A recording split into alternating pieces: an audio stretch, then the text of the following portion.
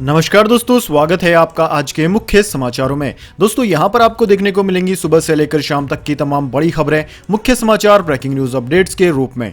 तो दोस्तों आप सभी लोगों से रिक्वेस्ट है इस वीडियो को ज्यादा से ज्यादा लाइक और शेयर करें।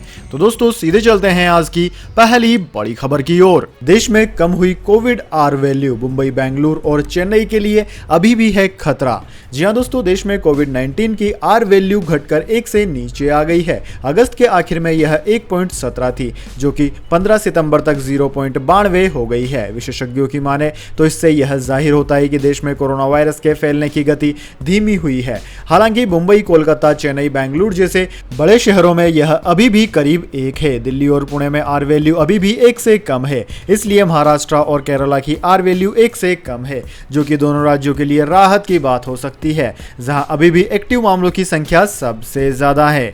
दोस्तों आपकी जानकारी के लिए बता दें, अगस्त के आखिर में यह वैल्यू 1.17 थी, जो कि 4 से 7 सितंबर के बीच घटकर 1.11 हो गई और उसके बाद से यह 1 से नीचे बनी हुई है। वैसे दोस्तों आपकी जानकारी के लिए बता दें, रिप्रोडक्शन नंबर या फिर यूं कहें कि आर वैल्यू यह दिखाती है कि औसत कितने लोग संक्रमित हुए हैं। दूसरे शब्दों में यह बताना है कि वायरस कितनी तेजी से फैल रहा है। देश में प्रलयंकारी दूसरी लहर के दौरान कोरोना वायरस से संक्रमित मरीजों की संख्या से अस्पतालों और स्वास्थ्य का बुनियादी ढांचा चरमरा गया था, जिसके बाद से ही आर वैल्यू में कमी देखी जा रही है।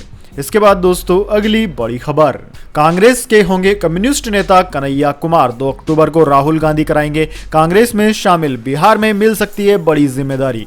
जी हां दोस्तों, कम्युनिस्ट नेता और जेएनयू छात्र संघ के पूर्व अध्यक्ष कन्हैया कुमार 2 अक्टूबर को कांग्रेस में शामिल होंगे। सूत्रों के मुताबिक उस दिन गुजरात से निर्दलीय विधायक जिग्नेश मेवानी भी पार्टी में शामिल होंगे। पहले खबर आई थी कि शहीद भगत सिंह की जयंती के अवसर पर 28 सितंबर को कन्हैया पार्टी में शामिल होंगे, लेकिन अब इसे आगे बढ़ाया जा रहा है। उनकी पिछले दिनों राहुल गांधी से 2 बार मुलाकात हो चुकी है। दोनों मुलाकात के दौरान प्रशांत किशोर मौजूद रहे। बिहार कांग्रेस के प्रदेश प्रवक्ता असीत नाथ तिवारी खुलकर कुछ बोल तो नहीं रहे हैं, लेकिन वो इतना जरूर कह रहे हैं कि 2 अक्टूबर को कांग्रेस में सभी गांधीवादी का स्वागत है। कन्हैया कुमार यदि शामिल होते हैं तो उनका स्वागत है। दोस्तों कन्हैया के कांग्रेस में जाने की चर्चा तब हुई जब उन्होंने सीपीआई मुख्यालय में अपना दफ्तर खाली कर दिया। सीपीआई के अंदर कन्हैया को लेकर लोकसभा चुनाव के बाद से ही सवाल उठने लगे थे। यहां तक कि अनुशासनहीनता को लेकर सीपीआई की हैदराबाद में हुई बैठक में उनके खिलाफ निंदा प्रस्ताव पारित किया गया था। कांग्रेस को पिछले 5 विधानसभा चुनाव में कोई खास सफलता नहीं मिली। फरवरी 2005 के विधानसभा चुनाव में कांग्रेस को 10 सीटें ही मिली थी, जो अक्टूबर 2015 में घटकर 9 रह गई। 2010 के विधानसभा चुनाव में तो कांग्रेस को महज 4 सीटों से ही संतोष करना पड़ा। ऐसे में कांग्रेस को भी एक बड़े चेहरे की तलाश थी, जो कि कन्हैया कुमार के रूप में पूरी हो गई। इसके बाद दोस्तों अगली बड़ी खबर, यूपी में कब आएगा जनसंख्या नियंत्रण कानून, सीएम योगी ने दिया जवाब। जी हां दोस्तों, उत्तर प्रदेश में जनसंख्या नियंत्रण कानून को लेकर सियासी बहस जारी है और लोग इसे लेकर तरह तरह के कयास भी लगा रहे हैं। इसी बीच मुख्यमंत्री योगी आदित्यनाथ ने जनसंख्या कानून से जुड़े एक सवाल का जवाब देते हुए बताया कि आखिर कब तक यूपी में यह कानून आएगा। दोस्तों सीएम योगी से पूछा गया कि क्या विधानसभा चुनाव से पहले सरकार जनसंख्या नियंत्रण अध्यादेश लेकर आएगी। इसका जवाब देते हुए सीएम योगी ने कहा कि हर चीज का समय होता है। आप लोग कहते हैं कि मंदिर वहीं बनाएंगे, तारीख नहीं बताएंगे, लेकिन मंदिर निर्माण शुरू हो गया है। अभी हमारे सामने मात्र मृत्यु दर और शिशु मृत्यु दर को नियंत्रण करने की चुनौती है। मुख्यमंत्री ने कहा कि सरकार ने इसके लिए जनसंख्या नीति के तहत एक व्यापक अभियान शुरू किया है और भविष्य में कुछ भी होगा तो सबसे पहले मीडिया को पता चलेगा। हमारा कोई कार्य चुपके से नहीं होता, जो होगा नगाड़ा बजाकर करेंगे, सही समय आने पर जानकारी देंगे। इसके बाद दोस्तों अगली बड़ी खबर, महंत नरेंद्र गिरी के सुसाइड नोट के 11 पन्ने, लिखा 13 सितंबर को ही आत्महत्या करना चाहता था पर हिम्मत नहीं हुई। आनंद गिरी लड़की के साथ फोटो बताकर बदनाम करना चाहता था। जी हां दोस्तों, अखिल भारतीय अखाड़ा परिषद के अध्यक्ष और निरंजनी अखाड़ा के सचिव महंत नरेंद्र गिरी की मौत को लेकर सस्पेंस बना हुआ है। इसी बीच महंत नरेंद्र गिरी के द्वारा 11 पन्नों में लिखा सुसाइड नोट भास्कर के हाथों लगा है, जिसमें उन्होंने आनंद गिरी, आघा प्रसाद तिवारी और उनके बेटे संदीप तिवारी का 3 बार जिक्र किया और पूरे होश में उन्हें अपनी आत्महत्या के लिए जिम्मेदार ठहराया है।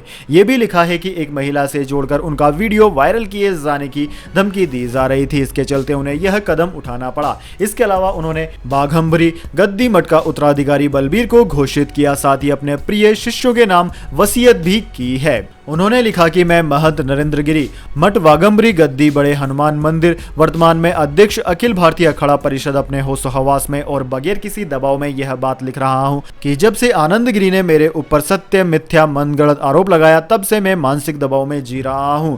जब भी मैं एकांत में रहता हूं मर जाने की इच्छा होती है। आनंद गिरी, आघा प्रसाद तिवारी और उनका लड़का संदीप तिवारी मिलकर मेरे साथ विश्वासघात कर रहे हैं। मुझे जान से मारने का प्रयास भी उन्होंने किया। इसके बाद दोस्तों अगली बड़ी खबर, सोनू सूद बोले आईटी के छापे के वक्त मेरे पास हेल्प के लिए 53,000 मेल बिना पढ़े 8,000 मैसेज थे। मदद का सिलसिला ऐसे ही जारी रहेगा। जी हां दोस्तों, कोरोना काल में जरूरतमंदों की मदद कर मसीहा बने सोनू सूद के घर हाल ही में इनकम टैक्स के अधिकारी पहुंचे थे। विभाग इसे सर्वे बता रहा है, जबकि सोनू सूद के करीबी इसे रेड करार दे रहे हैं। अब फाइनली सोनू सूद खुद ऑन रिकॉर्ड सामने आकर इस मसले पर अपना पक्ष रख रहे हैं। दोस्तों, दैनिक भास्कर के सवालों के जवाब में सोनू सूद ने कहा कि इस कार्यवाही से कुछ नहीं बदला है। आज भी लोग नीचे खड़े हैं, कल भी खड़े थे और कल भी खड़े रहेंगे। मेरा काम लोगों की मदद करना है और मैं करता रहूंगा। उन लोगों ने अपनी कार्यवाही की है, मैं अपना काम करता रहूंगा, क्योंकि यह काम थमने के लिए शुरू नहीं हुआ था। अभी तो शुरुआत है, लंबा सफर है और लोगों की दुआओं से सब अच्छा ही होगा। इसके बाद दोस्तों अगली बड़ी खबर, सीबीएसई का बड़ा फैसला, कोरोना की वजह से पेरेंट्स खोने वाले स्टूडेंट्स से एग्जामिनेशन और रजिस्ट्रेशन फीस नहीं लेगा बोर्ड। जी हां दोस्तों, 10वीं और 12वीं के जिन छात्रों ने कोविड की वजह से अपने पेरेंट्स को खो दिया है उन स्टूडेंट्स से सीबीआई एग्जामिनेशन फीस और रजिस्ट्रेशन फीस नहीं लेगी। संस्था ने सभी स्कूलों से ऐसे बच्चों की जानकारी जुटाने के लिए भी कहा है। वैसे दोस्तों मेरे अनुसार तो सीबीएसई को सब बच्चों की फीस ही माफ कर देनी चाहिए थी जिन्होंने अपने पेरेंट्स को इस महामारी के दौर में खो दिया है। आपका इस बारे में क्या विचार है, कमेंट में जरूर बताएं। इसके बाद दोस्तों अगली बड़ी खबर, न्यूजीलैंड की सेना से ज्यादा हमने खिलाड़ियों के लिए फौज लगा दी थी, पाकिस्तान के विदेश मंत्री ने कहा। जी हां दोस्तों, न्यूजीलैंड और इंग्लैंड ने पाकिस्तान में सुरक्षा कारणों के चलते क्रिकेट सीरीज खेलने से मना कर दिया, जिसके बाद से ही पाकिस्तानी फैंस निराश हैं और सोशल मीडिया पर अपनी भड़ास निकाल रहे हैं। वहीं पूर्व पाकिस्तानी क्रिकेटर इस घटना को लेकर लगातार बयान दे रहे हैं। अब इस मामले में पाकिस्तान के गृह मंत्री शेख रशीद का भी बयान आया है। उन्होंने आसमा सिराज को दिए इंटरव्यू में सीरीज रद्द होने को लेकर निराशा जताई। शेख रशीद ने सुरक्षा के मुद्दे को लेकर कहा कि रूस में यूनिवर्सिटी में कुछ स्टूडेंट्स मरे हैं, अमेरिका में कुछ दिनों पहले हमले में लोग मारे गए, खुद न्यूजीलैंड में इतने लोग मर चुके हैं। हमने तो न्यूजीलैंड के लिए अपनी इतनी फौज लगा दी थी कि न्यूजीलैंड की आर्मी या न्यूजीलैंड की सारी सिक्योरिटी फोर्सेस को भी मिला लिया जाए तो भी उनकी संख्या इतनी नहीं होगी जितनी हमने न्यूजीलैंड के खिलाड़ियों की सुरक्षा में अपनी आर्मी लगा दी थी। न्यूजीलैंड को अगर किसी तरह का अंदेशा था तो उन्हें प्रैक्टिस मैच के दौरान ही बता देना चाहिए था। जब शेख रशीद से पूछा गया कि न्यूजीलैंड की सुरक्षा से जुड़ा ईमेल कहां से आया तो उन्होंने कहा कि हम जल्द ही इन्वेस्टिगेशन के सहारे ये पता लगाएंगे कि ईमेल कहां से आई है। हालांकि ये भी कहना चाहता हूं कि भारत इस मसले में एक बड़ा ही गैर जिम्मेदाराना रोल अदा करने जा रहा है। भारत ऑस्ट्रेलिया, जापान, अमेरिका की तरह अपने आप को सुपर पावर समझ रहा है और भारत के दिमाग से ये खुमार निकल ही नहीं रहा है। शेर की हड्डियों में हिंदुस्तान 1.5 शेर बन गया है। इसके बाद दोस्तों अगली बड़ी खबर, एयर मार्शल वी.आर. चौधरी होंगे देश के अगले वायुसेना प्रमुख।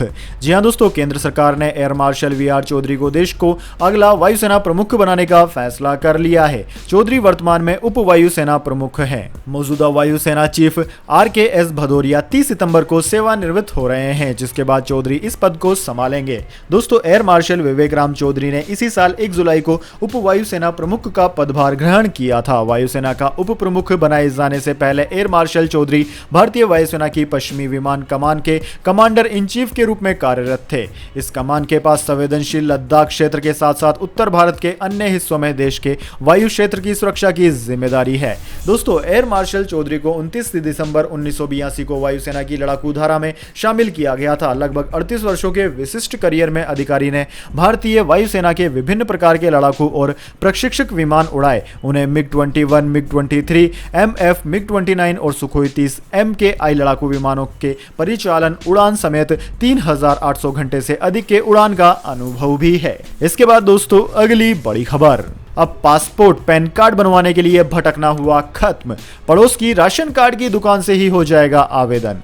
जी हां दोस्तों, आपने बिल्कुल सही सुना। केंद्र सरकार आम लोगों तक हर सुविधा पहुंचाने के लिए लगातार बड़े कदम उठा रही है। इसी कड़ी में अब आपके पड़ोस की राशन की दुकानों को कॉमन सर्विस सेंटर्स में तब्दील करने की तैयारी की जा रही है। इसके लिए उपभोक्ता मामलों, खाद्य एवं सार्वजनिक वितरण मंत्रालय के तहत आने वाले खाद्य व सार्वजनिक वितरण विभाग ने CSCE governance service India limited के साथ समझौता किया है। इससे राशन की दुकानों की आमदनी में इजाफा होगा। साथ ही लोग राशन लेने के अलावा इन दुकानों के जरिए पैन कार्ड और पासपोर्ट के लिए आवेदन भी कर सकेंगे। यही नहीं, बिजली और पानी के बिल भी यहीं पर जमा किए जा सकेंगे। खाद्य मंत्रालय के इस कदम से इच्छुक उचित दर दुकान के डीलरों के जरिए CSC सेवाओं की आपूर्ति से राशन दुकानों के लिए कारोबारी मौके और आमदनी में इजाफा भी होगा। आधिकारिक बयान में कहा गया है कि राशन की दुकानों को CSC सेवा केंद्रों के तौर पर विकसित किया जा सकता है। ऐसे CSC केंद्रों को अपनी सुविधा के अतिरिक्त सेवाओं का चयन करने को भी कहा गया है। इन जगहों पर आप पासपोर्ट भी आराम से बनवा सकते हैं। इसके अलावा पैन कार्ड जैसी सुविधाओं का भी आप यहां पर लाभ ले सकते हैं। इसके बाद दोस्तों जान लेते हैं पूरी दुनिया और भारत में क्या है कोरोना महामारी की ताज़ा स्थिति। तो सबसे पहले दोस्तों बात करते हैं पूरी दुनिया की। तो दोस्तों पूरी दुनिया की बात की जाए तो पूरी दुनिया में इस वक्त तक इस महामारी से संक्रमितों का आंकड़ा 21,94,56,000 को पार कर गया है। जबकि दोस्तों इस महामारी से मरने वालों की संख्या 45,47,000 के पार है। दोस्तों इस महामारी से सर्वाधिक प्रभावित देशों की बात की जाए तो उनमें America, India, Brazil, United kingdom, Russia, Turkey, France, Argentina, Iran आदि देशों का नाम आता है। अब दोस्तों इसके बाद में बात कर लेते हैं क्या है भारत के हालात। लेकिन उससे पहले मेरी आपसे एक छोटी सी रिक्वेस्ट है, अगर दोस्तों आपको अभी तक हमारी न्यूज़ पसंद आई है तो इसे एक छोटा सा लाइक ज़रूर दे दें। और अगर आपको पसंद नहीं आई है तो बेशक आप डिसलाइक भी कर सकते हैं। लेकिन दोस्तों लाइक और डिसलाइक ज़रूर कीजिए, क्योंकि दोस्तों यही हमारी मेहनत का फल होता है और इसी से पता चलता है कि आपको हमारी वीडियो पसंद आई है या नहीं। तो दोस्तों जल्दी से जान लेते हैं क्या है भारत के हालात। दोस्तों भारत में इस वक्त तक इस महामारी से संक्रमितों का आंकड़ा 3,35,04,000 को पार कर गया है। जबकि दोस्तों इस महामारी से मरने वालों की संख्या 4,45,000 के पार है। दोस्तों इस महामारी से सर्वाधिक प्रभावित राज्यों की बात की जाए तो उनमें महाराष्ट्र, केरला, कर्नाटक, तमिलनाडु, आंध्र प्रदेश, उत्तर प्रदेश, वेस्ट बंगाल, दिल्ली, छत्तीसगढ़, राजस्थान, गुजरात, मध्य प्रदेश आदि राज्यों का नाम आता है। फिलहाल दोस्तों केरला सबसे ज्यादा प्रभावित है, क्योंकि केरला में हर रोज 15 से 20,000 के लगभग मामले सामने आ रहे हैं। इसके बाद दोस्तों अगली बड़ी खबर, गोल्ड सिल्वर प्राइस टुडे 10,000 से ज्यादा सस्ता हुआ सोना। 2 हफ्ते में जोरदार आई गिरावट, जान लीजिए क्या है ताजा दाम। जी हां दोस्तों, अगर आप भी सोना खरीदना चाहते हैं तो सही मौका यही है। भारतीय बाजार में लगातार दूसरे दिन सोने की कीमतों में गिरावट रही, लेकिन आज चांदी में तेजी रही है। दरअसल दोस्तों कमजोर ग्लोबल संकेतों की वजह से सोने चांदी की कीमतों में लगातार गिरावट देखने को मिल रही है। MCX पर आज सोने के भाव में 0.16% की गिरावट आई है। वहीं दोस्तों दिल्ली सराफा बाजार की बात की जाए तो सराफा बाजार में आज सोना 1130 रुपए टूटकर 45,207 रुपए प्रति 10 ग्राम पर रहा। वहीं दोस्तों चांदी की बात की जाए तो चांदी की कीमत 565 रुपए चढ़कर 59,427 रुपए प्रति किलोग्राम रही है। इसके बाद दोस्तों अगली बड़ी खबर, बर्गर के साथ बिच्छू खा गया युवक। जयपुर के मैकडोनाल्ड रेस्टोरेंट में बर्गर के अंदर निकला बिच्छू। पहली बाइट लेने के बाद युवक पहुंचा अस्पताल, केस दर्ज। जी हां दोस्तों, जयपुर के मैकडोनाल्ड्स रेस्टोरेंट में बर्गर के अंदर बिच्छू निकलने की घटना सामने आई है। जी हां, दोस्तों के साथ पहुंचे युवक ने बर्गर के साथ बिच्छू का आधा हिस्सा भी चबा लिया। अचानक मुंह में अजीब सा स्वाद आने पर युवक ने देखा तो उस बर्गर में बिच्छू का आधा हिस्सा नजर आया। तबीयत बिगड़ने पर उसे अस्पताल ले जाया गया, जहां डॉक्टरों ने उसे ऑब्जर्वेशन के लिए भर्ती कर लिया है। युवक ने मैनेजर के खिलाफ जवार सर्किल थाना में केस दर्ज करवाया है। जवार सर्किल थाना पुलिस के अनुसार शांति कॉलोनी एयरपोर्ट रोड पर रहने वाला 22 वर्षीय तरुण सैनी अपने दोस्तों के साथ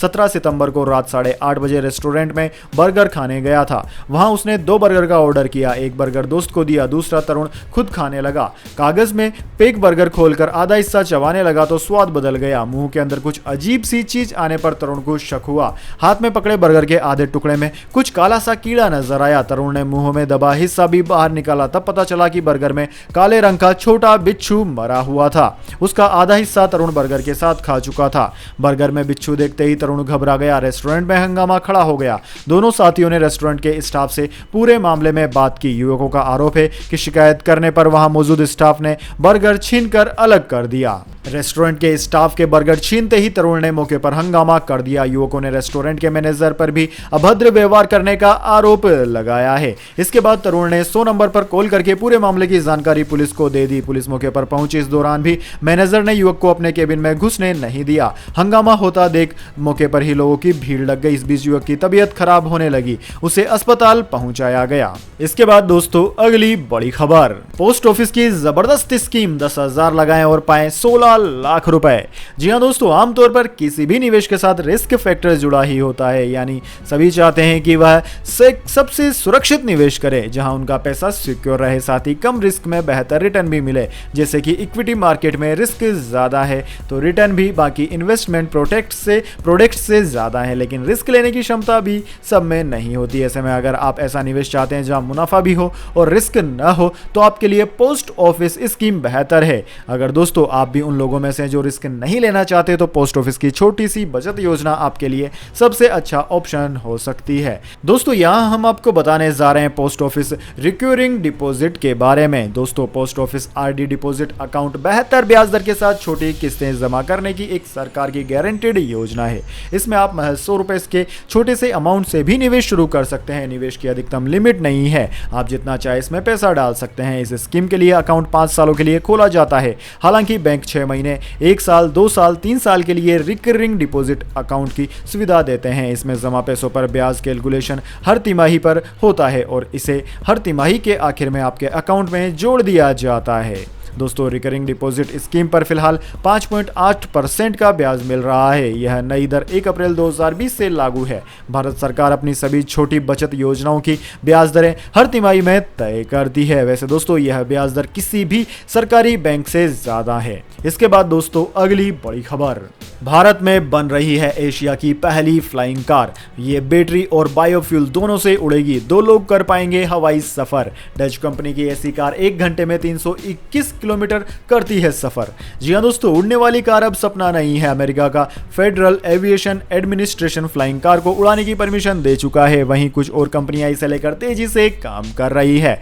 अब भारत की विनाटा एरो मोबाइलिटी कंपनी का नाम भी इस लिस्ट में शामिल हो गया है। चेन्नई स्थित ये कंपनी इस हाइब्रिड फ्लाइंग कार को बना रही है। कंपनी ने पहली बार कार का model civil aviation minister Jyotiraditya Scindia को दिखाया। सिंधिया ने कहा कि विनाटा एरो मोबिलिटी एशिया की पहली हाइब्रिड फ्लाइंग कार को जल्द तैयार कर लेगी। इस कार का इस्तेमाल लोगों के ट्रैवल के अलावा मेडिकल इमरजेंसी सर्विसेज में भी किया जाएगा। अमेरिका में फेडरल एविएशन एडमिनिस्ट्रेशन ने ऐसी ही एक कार को परमिशन दी है जो 10,000 फीट तक की ऊंचाई पर उड़ने में सक्षम है। कंपनी ने अपने ऑफिशियल यूट्यूब चैनल पर 14 अगस्त 2021 को 36 सेकंड का वीडियो अपलोड किया था, जिसके मुताबिक ये कार 5 अक्टूबर को लंदन में लॉन्च की जा सकती है। हालांकि अभी इसकी कीमत को लेकर कोई जानकारी सामने नहीं आई है। लॉन्चिंग के वक्त इसकी कीमत का खुलासा किया जा सकता है। तो दोस्तों यह थी आज की तमाम बड़ी खबरें। इसके बाद दोस्तों बारी आती है आज के माइंड क्यूज क्वेश्चन की। जी हाँ दोस्तों, एक आसान से सवाल का जवाब देकर आप जीत सकते हैं एक अमेजिंग सरप्राइज गिफ्ट हमारे यूट्यूब चैनल की ओर से।